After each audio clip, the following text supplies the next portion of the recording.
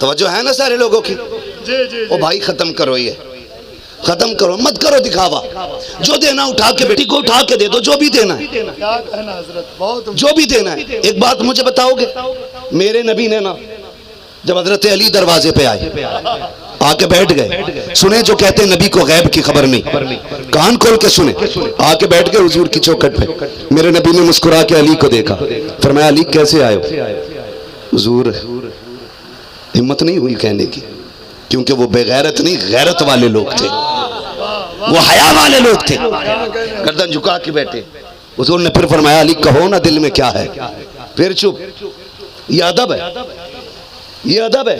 اور جب 2 مرتبہ میں کچھ نہ کہا، میرے نبی کہتے ہیں علی تم بتاتے ہو تمہارے دل میں کیا ہے یا میں بتا دوں جو تو دل میں لے کے آیا ہے؟ حضور بولے نا پھر آپ سب جانتے ہیں آقا، آپ سے کہنے کی کیا ضرورت. میرے حضور فرماتے ہیں پھر علی بات میں شروع کرتا ہوں. علی جوان ہو گئے ہو، تم کہو تو تمہاری شادی کے بارے میں سوچا جائے. اتنا سنا رو دیے حضرت علی. کہتے محبوب میں تیری انگلی پکڑ کے بچپن سے چلا، میں تیری گودوں کا کھیلا، باپ کے بعد کبھی باپ کی کمی محسوس نہیں ہونے دی آقا. آج تک علی کو کیا چاہیے مجھے کہنا ہی نہیں پڑا. حضور آپ پوچھ رہے ہیں، آپ علی کی جان کے مالک ہیں، جو چاہے فیصلہ کر دے. پھر مسکرا کے کہا علی میری بیٹی کے ارادے سے آئے تھے نا، بیٹی کے ارادے سے چپ ہو گئے. کہا علی تو بعد میں آیا ہے، ابھی تجھ سے پہلے جبریل آ کر کے گیا ہے، جبریل آ کر کے گیا ہے. خدا کی قسم بے اجازت جن کے گھر جبریل بھی آتے ہیں نہیں، قدر والے جانتے ہیں قدر و شان اہل بیت. ابھی جبریل آیا ہے، جبریل آئے، تم ادھر آئے وہ ادھر جبریل آ گیا ہے. حضور اٹھے. جبریل نے کہا کدھر جا رہے؟ کالی آیا ہے، بیٹی سے بات کر لوں. تو جبریل نے کہا تھا یا رسول اللہ فیصلہ رب نے کر دیا تو اب بیٹی سے پوچھنے کا کیا مطلب. میرے نبی نے فرمایا جو رب کا فیصلہ ہے وہ میرا فیصلہ ہے، لیکن بیٹی سے پوچھنے کا مطلب یہ ہے تاکہ امت کو یہ سبق دے دوں کہ جب بیٹیوں کے ہاتھ پیلے کرنے کی باری آئے نا، آنکھیں بند کر کے بیٹی کو کسی شرابی جواری کے گھر میں جھونک نہ دینا، بیٹی کو ایسے گھر میں نہ ڈال دینا جہاں بیٹی جانا نہ چاہتی ہو. میں اپنی بیٹی سے اجازت لے کے یہ زمانے کو بتانا چاہتا ہوں، کل جب بیٹیوں کو رخصت کرنے لگو صرف مونچھ کی خاطر، ناک کی خاطر بیٹیوں کو جھونک نہ دینا. ایک بار بیٹی سے بھی پوچھ لینا بتا تیری کیا مرضی ہے. بہت اچھا پیغام، ہم بہت اچھا پیغام پوچھتے ہیں اپنی بیٹیوں سے؟ اچھا پیغام ہے اسلام نہیں پوچھتے نا، کر رہے ہیں. واہ واہ نہیں پوچھتے بھائی. میرے بیٹے کے نکاح کا مسئلہ ہو نا، میں رشتہ کرنے جاؤں گا، دیکھ کے آ کے کہوں گا بیوی سے ذرا پوچھ اس سے فلاں کی بیٹی دیکھ کے آیا ہوں اس کی کیا رائے ہے. کہے کہ نہیں کرنی ہے، چل پھر کوئی اور دیکھ لیتے ہیں. پھر انکار، پھر اور دیکھ لیتے ہیں، پھر اور انکار. مگر خدا کی قسم کبھی بیٹی سے پوچھا گیا؟ نہیں نا. ابا بھی کہہ دیتا لنگڑا شراب ہو گئے، داماد شرابی ہے، لنگڑا ہے، جواری ہے، اور بچی خوبصورت پڑھی لکھی ہے تو مرضی نہ بھی ہوتی ہے نا، اور پھر بھی ہم لوگ نکاح پڑھانے جاتے اور بچی سے پوچھنے جاتے بتا تیری کیا مرضی ہے، تو وہ چیخ مار کے روتی ہے. چلو رونا ایک درد ایک تکلیف ہے جدائی اپنوں کی، لیکن کئی بار نہ بیٹی کی اجازت لینے جاتے نہ تو ادھر دلہا دیکھا ہوتا ہے، ادھر دلہن کو جا کے دیکھتے نہ تو پھر عقل فیصلہ نہیں کر پاتی. کہتی اگر یہ دلہن ہے تو پھر وہ دلہا تو صحیح نہیں لگتا ہے. پھر پوچھو نا ایسا ہوا کیوں، تو کہتا بچپن میں زبان دے دی تھی. نہ تو زبان بچپن میں، وقت پہ آ کے فیصلے کر، ورنہ تیرا ایک فیصلہ تیری بیٹی کو سال تک رونے پہ مجبور کر سکتا ہے. کتنی بیٹیاں تباہی کی نظر ہو گئیں. ابھی حضرت کچھ دن پہلے فون بچی کا آیا، اس نے کہا تھا میرا باپ زبردستی ایک وہابی کے ساتھ میرا نکاح کر رہا ہے اور میں حضور کے گستاخ کے ساتھ رہنا نہیں چاہتی. یہ بچی کا فیصلہ. میں نے کہا کیوں؟ کہا وہ یہ کہتے ہیں ہم نے بچپن میں زبان دے دی تھی کہ اگر نہ کروں تو باپ کا حکم ٹل جائے گا. میں نے کہا ٹھہر تو صحیح، پھر گھبرا کیوں رہی ہے؟ اس نے کہا نبی نے باپ کا ادب بتایا ہے. تو میں نے کہا بھول گئی ہے، میرے نبی کے ایک صحابی ہیں ابو عبیدہ بن جراح، آقا کریم کی بارگاہ میں آئے، ایک ہاتھ میں تلوار تھی، دوسرے ہاتھ میں کٹا سر تھا. آقا کریم نے پوچھا ابو عبیدہ یہ کس کا سر ہے؟ کہتے ہیں یہ میرے باپ کا سر ہے. جب اتنا سنا آقا نے کہا تھا کیوں کاٹا ہے؟ تو انہوں نے کہا یا رسول اللہ یہ آپ کے خلاف بھونکتا تھا. میں نے کئی بار سمجھایا یہ مانا نہیں. میں نے کہا سن تو میرا باپ ہے، میں تیرے ذریعے دنیا میں آیا ہوں. آقا نے تیری بڑی فضیلت بتائی ہے، میرے محبوب کو کچھ نہ کہ ورنہ برداشت نہیں کروں گا. آقا یہ نہیں مانا، اس نے بھونکا، میری تلوار اٹھی اور فیصلہ ہو گیا جو زبان میرے نبی کو بھونکے گی وہ سر سلامت نہیں رہے گا. آقا میں سر کاٹ لایا ہوں اور باپ کا سر کاٹا گئے، اب جو چاہ کے سزا سنا دے. میں نے کہا بیٹی وہ سزا سن جو نبی نے ابو عبیدہ کو سنائی تھی.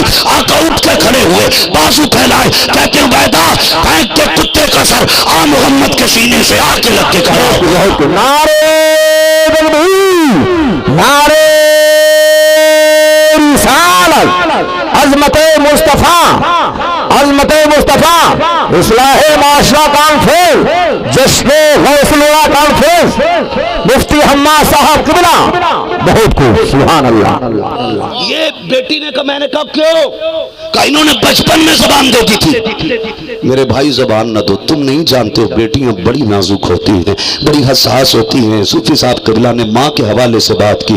خدا کی قسم تاریخ کا یہ باب بڑا سنہرا باب ہے جو میں کرنے لگا ہوں. میں نے 12ویں کے مہینے میں کہا تھا خدا را اتحاد ملت کانفرنس کرنے سے امت میں اتحاد نہیں ہوگا، 4-5 جماعتیں اکٹھا ہو کر کے بیٹھ جائیں، اس سے اتحاد نہیں ہوگا. میں نے کہا تھا من کے اتحاد ملت کرنے والوں، کانفرنس کرنے والوں، یہ بتاؤ جھنڈے پہ اختلاف کیوں ہے؟ حضور کی ولادت کے دن پہ اختلاف کیوں ہے؟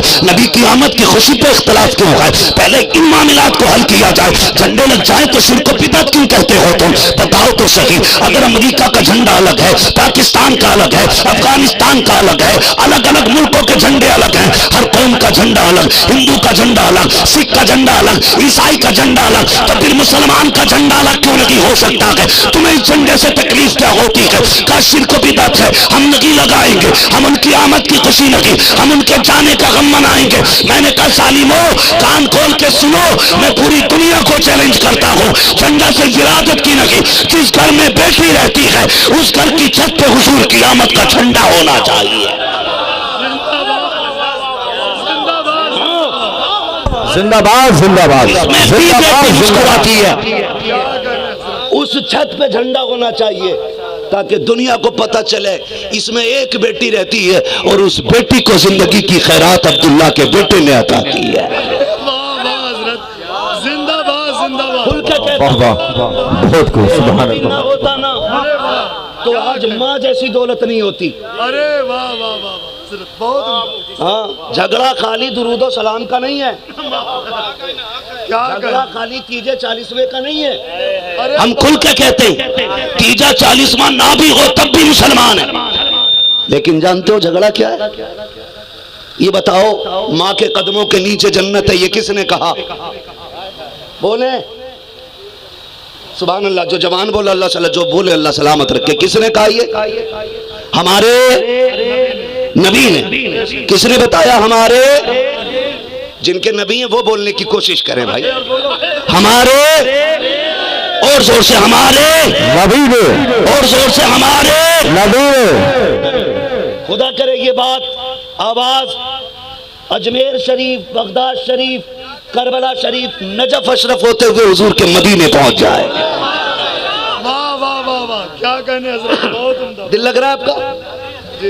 دل محفل میں لگنے لگ جائے تو سمجھ لو حضور کی توجہ ہو گئی ہے.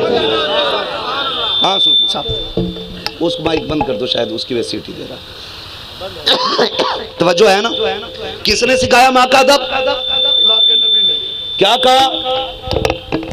ماں کے قدموں کے نیچے جنت ہے. کیا مسئلہ ہے؟ یہ والا مائک گھما کے رکھو، یہ والا مائک بدل دو، اسے ادھر کر، ادھر گھما دو. توجہ ہے سب کی؟ بہت غور سے سنیں. یہ میرے نبی نے بتایا ماں کے قدموں کے نیچے.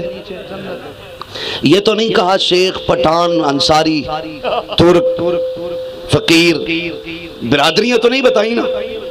یہ کہا ماں کے قدموں کے نیچے جنت ہے, نہ یہ کہا رابعہ بصریہ کے قدموں کے نیچے جنت, کیا بات, نہ یہ کہا فاطمہ زہرا کے قدموں کے نیچے جنت. فرمایا جو ماں ہوگی اس کے قدموں کے نیچے جنت ہوگی. ٹھیک ہے جی.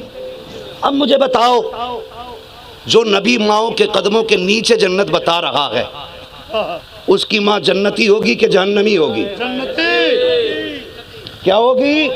جنتی. آپ ناراض ہیں بھیا؟ نہیں ہے نا, تو پھر آپ بھی بولیں. جو ہماری ماؤں کے قدموں کے نیچے جنت رکھے, اس کی ماں اپنی ماں جنتی ہوگی کہ جہنمی؟ جن کا عقیدہ ہے وہی بولیں, جنتی نا. اب بتاؤ, یہ نظریہ پیش کرتے معاذ اللہ نبی کی ماں بھی جہنمی ہے اور نبی کا باپ بھی جہنمی ہے. میں کہتا ہوں شرم کرو, جس نے ہماری ماں کو جنتی کہا اس کی اپنی ماں جہنمی کیسے ہو سکتی ہے؟ رب نے جہنمی نہیں, ان کو مالک جنت بنا کے بھیجا ہے, مالک جنت بنا کے بھیجا. اور میں غلط نہیں کہہ رہا ہوں, سنے کان کھول کے, خود نبی کی امی سیدہ کائنات حضرت آمینہ فرماتی حضور میرے شکم میں آئے نا, میرے متھے پہ پسینہ میں لیٹی تھی. کہتی لیٹے لیٹے